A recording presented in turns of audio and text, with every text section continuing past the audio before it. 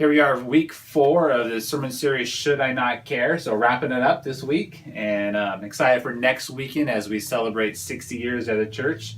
Do you remember what's going on next weekend? Next week, 10:30, one service outside. Outside. Bring something to eat. Yep. And then there's also a 5 o'clock service on Saturday night, talking, just a prayer and worship service together, so it should be good as well. But back to your week of week 4. Talking about this idea of just sharing the gospel, sharing with people who don't know Jesus. One of the fears for us as Christians we have sometimes is we don't say something because we don't know what to say. How would you respond to that?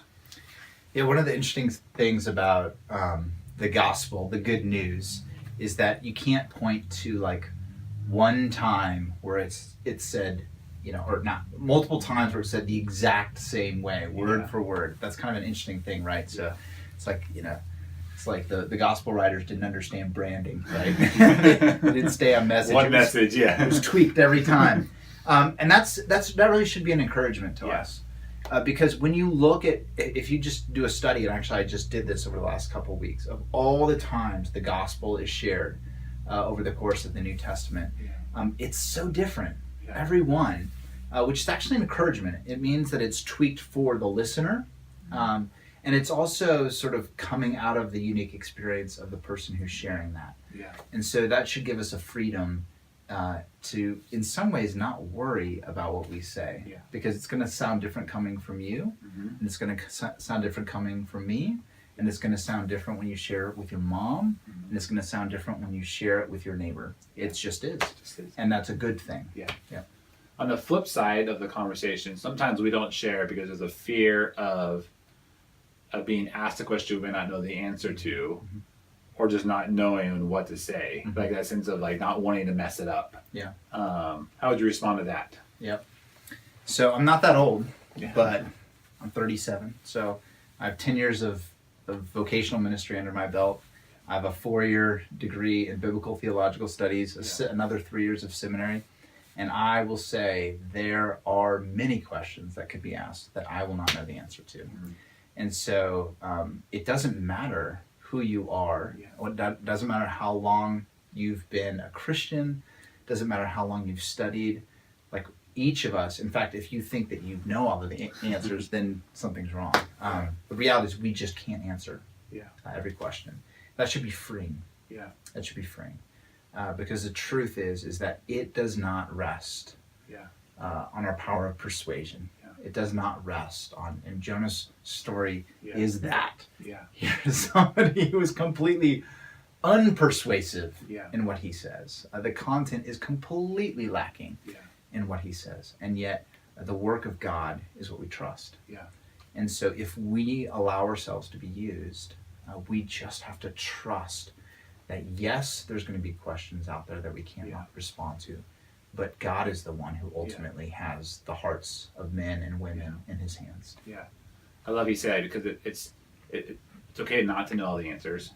And so even in those conversations we do have with people, it's okay to say, I don't know. And not to feel like we have to fake an answer or kind of give an answer but not really give an answer. But then to come back, back to your group, come back to the church and the people here, and we can help you process some of those answers. But it's okay not to know. It shows humility. Instead of someone having a conversation with somebody trying to fake their way through a conversation.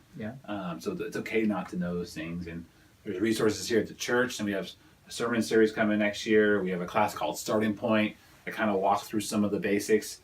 So it doesn't give you an excuse to wait till those things to happen, but there's resources and tools coming up that we always have available here to help you have some of those conversations as well. But back in your sermon, you kind of highlight 3 people. Jonah, John the Baptist, and Stephen the disciple.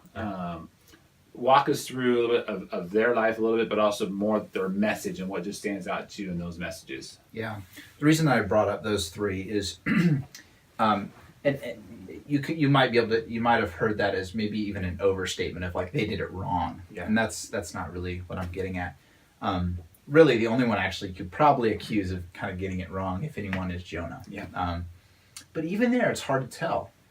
Maybe that was the full message God gave him to share. It's actually unclear in the text. 40 days and then destruction. That's all he says. And John the Baptist, again, he uses words I would not encourage. I'm not like a, bring out the end is near and you're all heathens signed. And yet, I think in God's purpose and timing, that was the message that needed to be shared. It was a harsh message. And again, with Stephen's, it's a funny thing. So Stephen gives this, on the one hand, incredibly dry talk. It seems dry to me, at least. Yeah. And almost like if you were sitting there as a Jewish listener, you'd be like, come on, I know all this stuff. Yeah. So it's not only dry, it's kind of repetitive, you already know it.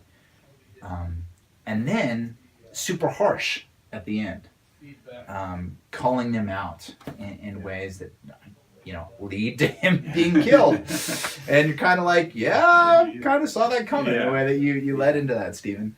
But the reality is, and what I'm trying to underscore with all of that, is that the purposes of God and the work of God are not fundamentally controlled by the message.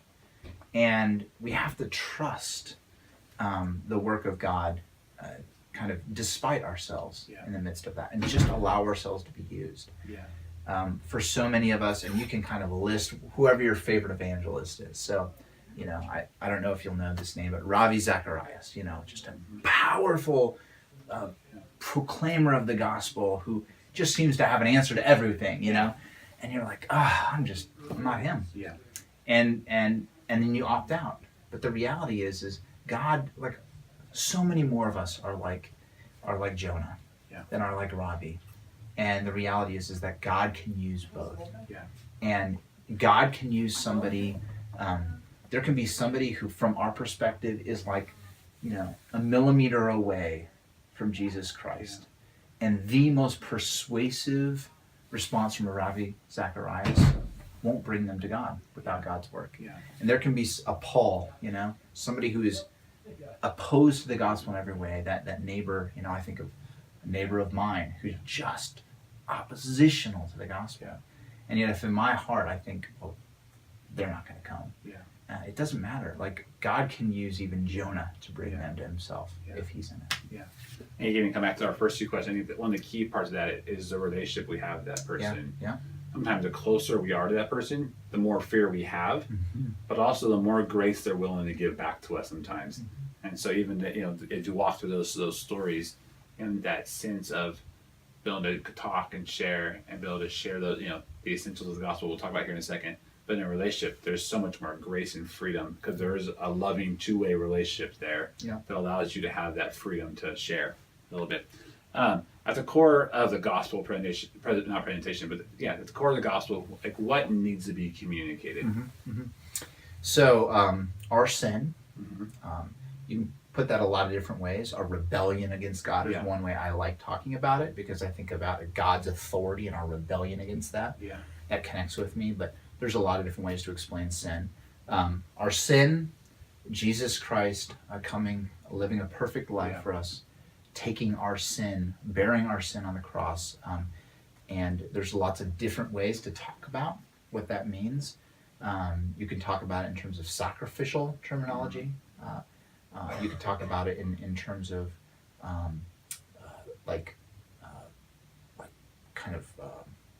battle terminology. Jesus Christ conquering death through his own death. And then him raising again from the dead and conquering death. And so those are the key components to it. And the reality is every person in some ways is going to have a different part of that message that they're going to resist. Yeah.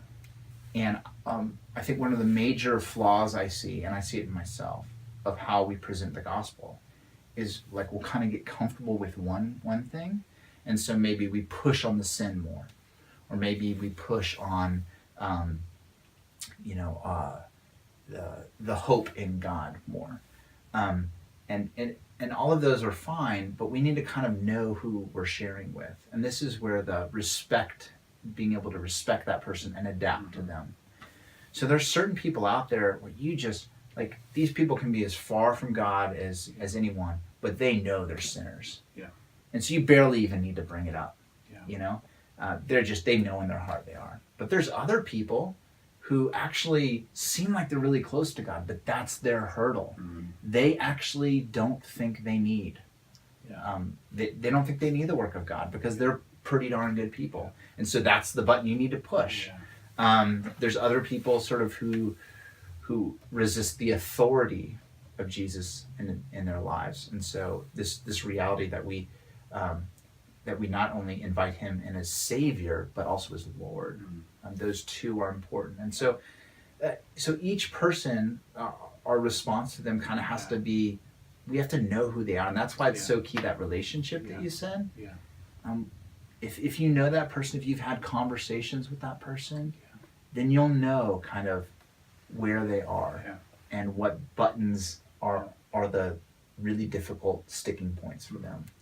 Our job, honestly, and this is kind of a counterintuitive thing, our job actually isn't to make it as easy as possible for somebody to become a Christian. Our job is to just merely make it as clear as possible.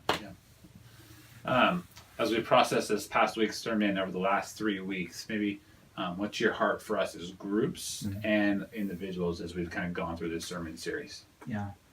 So we shared during the message, just like, this is all worthless if we finish this and we all nod our heads like, yeah, I should share the gospel, and then don't do anything. Yeah. So part of the great part of a connection group is just the accountability part of that. Yeah. And so I'd invite you to share your card with one another and say, all right, here's my person, and here's what I've done, here's what I haven't done. Yeah. And then to circle back together with that and to share those stories. And if you would, to share those with us, because that's our joy, is to see God at work in his people. And that makes that's really exciting for us as a church to see that. So if you'd be willing to share those stories with us, we would be honored to hear them. Yeah. Hopefully that gives you some context for your conversation. So I would even guide you this way in your groups today. Take time to share with each other. I mean, who led you to Christ? Who were some of those people? If it's a family member, friends, or TV evangelist, or whatever it might be. Like, who are those key people in your life who kind of got you to a spot to say, "Hey, I'm a sinner and I need Jesus," and to recognize, as John said, God's conquering sin, and he's raised again for us. And so talk about that, and then take some time to talk about the people that you guys have been talking about the last few weeks. Who's on your card?